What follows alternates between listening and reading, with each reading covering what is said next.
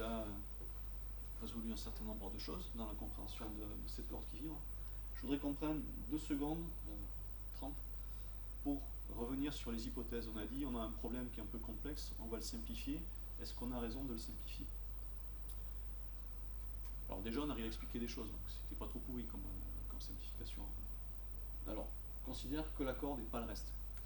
Alors on fait ça pour simplifier, ça c'est la première explication. La deuxième explication, c'est que même avec les moyens qu'on a actuellement, on n'est pas capable de modéliser ce qui se passe. Si on prend la corde, plus sa table de résonance, peut-être qu'avec l'ordinateur quantique, on arrivera un jour à trouver quelque chose, mais aujourd'hui on ne sait pas faire. Donc on n'aurait pas pu faire mieux. Ma corde est infiniment souple. Je vous ai amené un bout de corde, je l'ai laissé dans le sac là-bas. En fait, si vous prenez un bout de corde, il fait ça. S'il était infiniment souple, il tomberait directement à la verticale. Donc c'est pas vrai. C'est une hypothèse qu'on prend pour simplifier, et factuellement c'est quelque chose qui est fou. On néglige l'effet de la pesanteur. On fera une application numérique tout à l'heure pour vérifier que par rapport à la tension, la pesanteur est vraiment négligeable. C'est vraiment négligeable. On est sur moins de 1 pour 1000 sur les forces qui sont en jeu.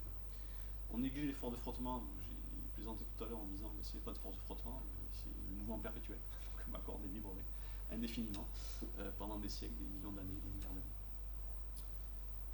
Pas de dépassement longitudinal, c'était peut-être l'hypothèse la plus raisonnable qu'on pouvait prendre.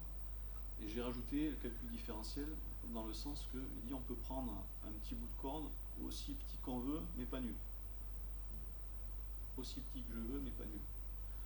En fait, on voit bien que je vais avoir une limite.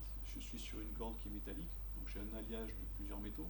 Ces métaux sont composés même d'atomes, donc quand je vais descendre dans l'échelle, au bout d'un moment, je vais tomber sur des discontinuités. Donc, je ne peux pas prendre un petit bout aussi petit que je veux. C'est juste faux. Mais ça marche. Et moi, ça m'étonne d'avoir des trucs comme ça. Je ne sais pas quel effet ça vous fait, mais ça m'interpelle quelque part.